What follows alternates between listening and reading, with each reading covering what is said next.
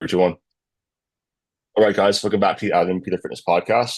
Today, I'm going to be doing more of a coaches chat. Basically, Philip is my other coach that I have on the team here, and I figured, start talking a little bit more about just some general fitness topics that we talk with our clients about quite a bit to provide a little bit more additional value.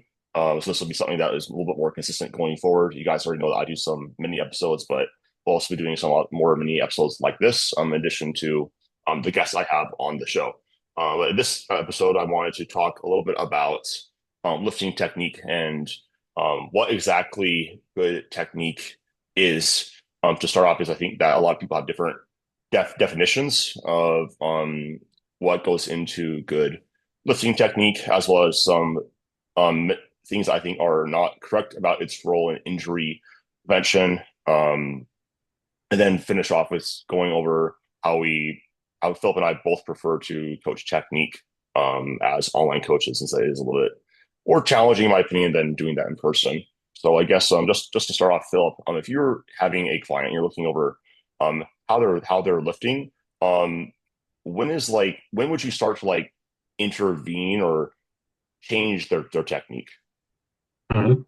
Yeah. So I guess if we're talking about like powerlifting specific, because I think that also is a big factor in how you would coach technique, the application of the like exercise, if it's powerlifting, if it's a more bodybuilding exercise.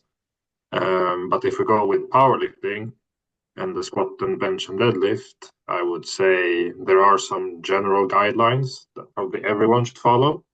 So, for example, on squat, one of these is keeping center of mass over midfoot. So, if I would see that, yeah, one of these like guidelines that everyone should follow is not being followed, then I would do, yeah, I would come with some cue to correct that, and we would try to follow it up over time, I would say. And yeah, Yeah, not overwhelm the client with like multiple cues. You localize like the biggest flaw in technique, I would say, and you focus singularly on that one. And then you, yeah, follow up and follow up. And yeah, that's how I would go about it. yeah, I did agree there. Lyle McDonald and I had a conversation about this on Facebook. I posted a reel about stop labeling technique as like good or bad, as like more or less efficient. And he said that he argued that was more like style, and that with technique, there's always these principles that you need to follow. Well, like you said, midfoot on squat, learning how to brace, hitting depth, um, things like that are things that you always do need to follow. For example, was a power lifter, or with a bench press, pausing it on your chest for powerlifting, or even in bodybuilding, just like touching your chest in general. But the application of that is always going to be more individual, and there's several different lifting styles that every lifter is going to gravitate more towards. And I think our main role as coaches is to just help guide them towards what feels best for them and what feels strongest. Because um, if somebody has more of a rounded back, like myself on deadlift, um, I'm going to probably always have that position that I'm the strongest there. Um, the only time I would try to intervene with that is if it maybe is contributing to some um, excessive pain, where they've had a history of injuries there. That's probably the only time I would consider interfering with it. But a lot of times I'm going to help sort of self-organize lift, or help guide the lifter to where they can self-organize their technique and what feels best, because you'll see tons of different styles. Like you do more of an extended back position on Yes. your deadlift, and I bet if you try going into this more of a flexed over position like me, you would not feel strong. Yeah, probably. Yes. Yeah. So I think that when we're just talking about technique, I really think that getting the lifters to think less, and with like what you said, less queuing, just maybe one big cue at a time, because people can't lift and can't really focus on more than one thing. Um, we also don't want to inhibit how the lifters are moving, right? If they're thinking about all these different things, they're going to move with less confidence. And we also want to make sure that we're not changing too many things, especially like knowing like the right times to change. Because like if I have lifters going into a meet, for example, I'm probably not going to mess with their technique that much. It's not the right time. I want the lifter to be as confident as possible. going into the meet and how they are lifting. And I don't want them thinking about lots of different things, saying, well, change this. It's going to be like, yep, that was competition standard or not. Because if you are changing things that close, it's kind of a losing battle, in my Yeah, opinion. I agree. I agree. I usually don't. I usually say to my clients, just focus on lifting the weights now. There's no point in changing something because you're not used to it. So probably you'll just perform worse. The only case you would change something is if it's not the comp standard, then you have to change because it won't get accepted during the competition. But otherwise, you shouldn't touch anything, I would say. Yeah, it's just it's not the right time. If you want to change it, further away from the competition would always be best. Um, but one thing I wanted to go over too is the idea that technique is massively impactful of injury, and that people who have bad technique, quote unquote, are going to get injured. And I don't think that's the case at all. Like Philip, for example, like you have um, a spondylolisthesis in your back, and Yeah, that isn't because of lifting weights. It's because of um, essentially, you just have that. I think we're all like more like predisposed to certain like aches and pains and like our joints. Like some people will always have elbow pain and shoulder pain. Other people will always have knee pain. Other people will have hip pain. Other people will have back pain, and that's what you have to manage. And that mostly comes down to load management, less so technique. Because especially if somebody's been lifting a certain position for a long amount of time and gotten strong in that position, they have a lot of tissue resiliency and tolerance in that position. And that's another reason why you don't want to change track that close to a meet because they don't have a lot of tissue tolerance and in the new position that's they're trying to max out, not at the right time. But Philip and I had an interesting conversation with DMs about what he does because um his training looks very like, wait, are you sure? Like that's heavy enough? But Philip, can you go a little bit about like what you sort of do to help manage like your um pain? yeah, sure. So I seem to be very sensitive to anything that basically loads my lower back. So I had to try and find the like some amount of stimulus that still makes me stronger, but keeps me a bit fresher and manages my fatigue.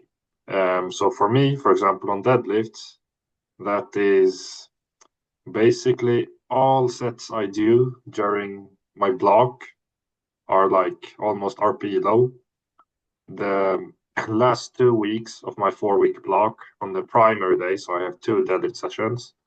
I might reach like RP6 on week three and maybe like around RP8, maybe 8.5 sometimes on week four. And like that's the heaviest I go.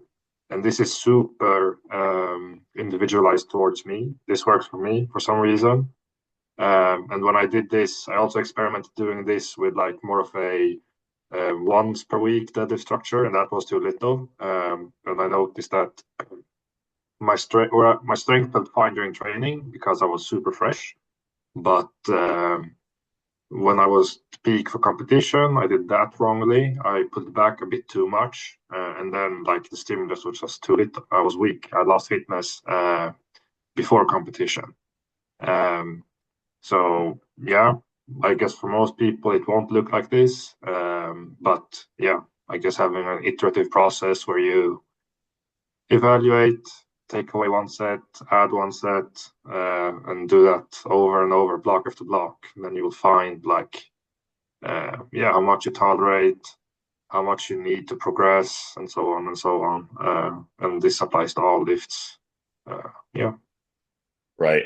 And this is just illustrating, an example of what load management could look like for somebody who is very sensitive to axial loading.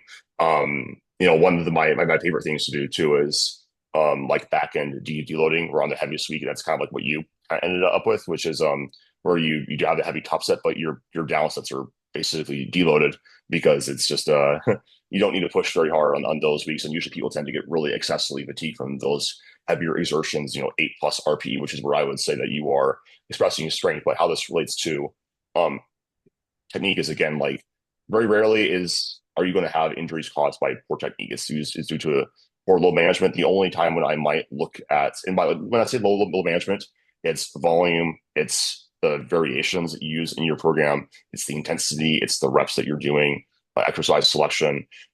That's what kind of constitutes load management. It's everything in your program. But with technique, maybe if I have somebody who has like excessive back pain in a deadlift, and I'm looking at how they're pulling slack, and maybe they aren't pulling slack as efficiently, we'll focus a little bit more on that to sort of help out with that because it's going to probably help out slightly, but it's not going to be the thing that is going to usually in most cases be the difference between you getting hurt or not, but it can sort of extend out, how long that you can make progress for because there's going to be some times where you can get strong with like less efficient technique for a certain amount of time, but then you're going to like pay maybe more attention to it as you get stronger to get to that next strength level. And I felt you mentioned this earlier where, one of the programming strategies is just putting in a variation to help them learn, really reinforce like what it might feel like. Because there's two types of cueing. There is internal cueing, which is basically focused on feeling. So feel your midfoot pressure or feel balls of your feet versus external cueing, which is just like um, midfoot. I guess that's midfoot pressure would be the external cue. Feel the balls of your feet would be an internal cue. But one of the most easy ways to do that is put like a pause squat or something to help them feel that. Yeah, yeah, I agree. Having variations where you can't really cheat the positions, like a pause deadlift. If your back starts rounding excessively over, like under the pause, then the lift will be harder. So yeah, having those sorts of variations where you force good technique to make a lifter learn lifts, I think is pretty good. Yeah, you can spend a lot of time there, especially on the off season. Agreed. And this kind of goes into coaching technique as an online coach. Some of my favorite strategies are just actually putting in variations for lifters that I want to really feel out what they're saying, especially if cueing isn't working. Because for some lifters, it just doesn't, they need those variations in to feel. And then a big thing is just asking lifters like the right questions and saying like, how did that feel? Like, what are you feeling on this lift? Like, what feels good? What doesn't feel good? Because the reality is that you need to have that really teach your lifters how to communicate. And if they aren't effective communicators, that's on you to teach them how to do that, so that you can actually do your job um, properly. But to just understand like there has to be a degree of self-efficacy those lifters have because you're not there with them. And they have to be able to like take information that you are giving them and synthesize it. It can take a little bit of a longer time, which is one of the downsides. But if lifters are like really focused on, you know, executing the cues that you're giving them and you have the right variations in there to help teach them, just usually it's just going to take time and more experience. Yeah, yeah, exactly. I agree. You should cue the lifter, or you have to teach them how to communicate. I think, yeah, there's really good examples of my clients where the programming changes done to the client has like been really, really beneficial for the client. And if it weren't for their good communication, those would never have changed. So I tell all of my clients like, be really straightforward with me. I want to know all of your thoughts. If it's bad thoughts about me, about the program, just like tell me.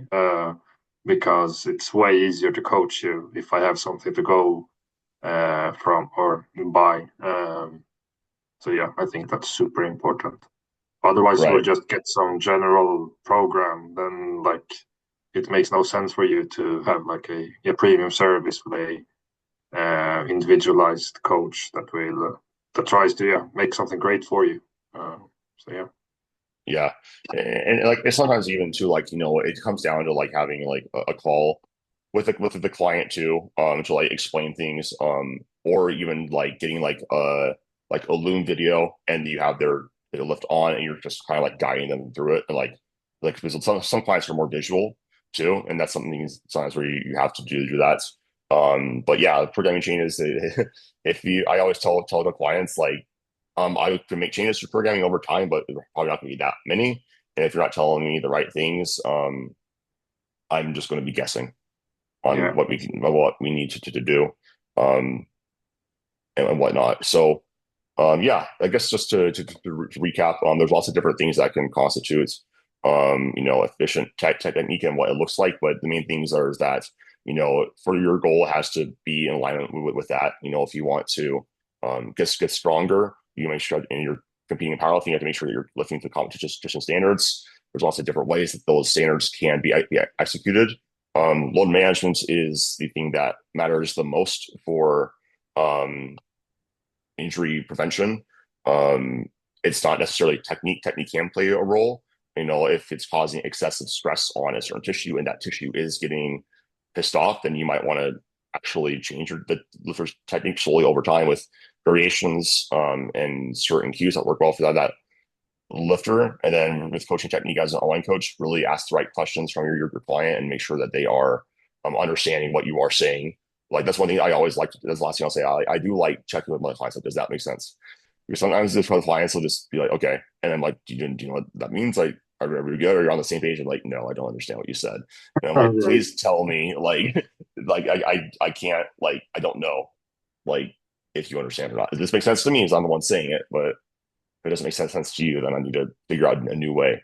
Um, I guess one last thing that is just popping into my mind. I think this is important. Like with like bodybuilding technique and like accessories, because I see a lot of lifters just like they're good at powerlifting, they don't know how to do their accessories. And this is really important for like a technique perspective as far as like, are you going to build muscle or not? So Philip, when you're doing more of your accessories in your bodybuilding movements, what are some of the main things that you're focused on? Mhm. So yeah, I want, and this applies to all movements, but consistent technique. So if you're doing, for example, a row, and you're not like going as like close to your chest every rep, I think it's pretty hard to like calculate what you're actually doing. So I would say, yeah, consistent technique and a full range of motion with a similar tempo on all reps. Because what we want to do is we want to create progressive overload on the accessories. And if we're not being consistent with all of the different factors that constitutes of a lift, then are we progressing? I don't know. So you have to be pretty like disciplined. I think it's more discipline is needed actually for these accessories. They're not as fun. You usually do them after the main lifts. Uh, so yeah, you have to keep track of them and make sure that you're getting better over time. Yeah. Think your point about standardizing like things like range of motion is really important, especially because like that's the probably like the main reason for having full range of motion that just it's easier to like trap progress over time. Like there are some people like that say that stretch mediated hypertrophy is like a big thing. It's like if you look at the actual research, it's like you have to do like 30 minutes of like stretching of the muscle to like get any sort of hypertrophic response. That's not really a very strong independent driver. It becomes down to what you said, that progressive tension overload on the muscle. But I think it also comes down to just really make sure that you are feeling like on like accessories. I would say it is important to feel mind muscle connection, or try to develop that because it does help you with growing certain parts of the muscle. Like for example, like my lats have always had a hard time growing. I had a hard time like connecting with them, but I chose like the right exercises, and I was like, oh, like now I can kind of feel that part of my back I never could. And the reality is that it is important learning how to train like a bodybuilder. Because if you aren't jacked, you're not going to see progress. I mean, that's a topic for another podcast. But I think that you had some really good points there. So don't be afraid to push your accessories, and then don't get lazy, even though you're tired after your workouts. And by the way, if you are tired and you're like, I get to these workouts and my fatigue is so high, I can't put out any productive effort.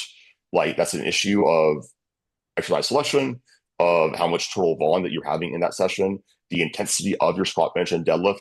Um, it depends on like how the coach is coaching, but like how you and I usually program, we have a pretty strong emphasis on hypertrophy too. So like, we are going to usually have some sort of accessories and Usually that comes down to programming the squat, bench, and deadlift in a way that is less fatiguing, so you have some more energy for your accessories. There are other programming styles like reactive training systems where they don't do a lot of accessory volume. It's more high intensity squat, bench, and deadlift. So there's also like understanding like the program itself too, with how you're supposed to execute it. But anyways, I think that we went over a lot of good stuff there. I don't have anything else to really add unless you do. No, not really. I agree with you.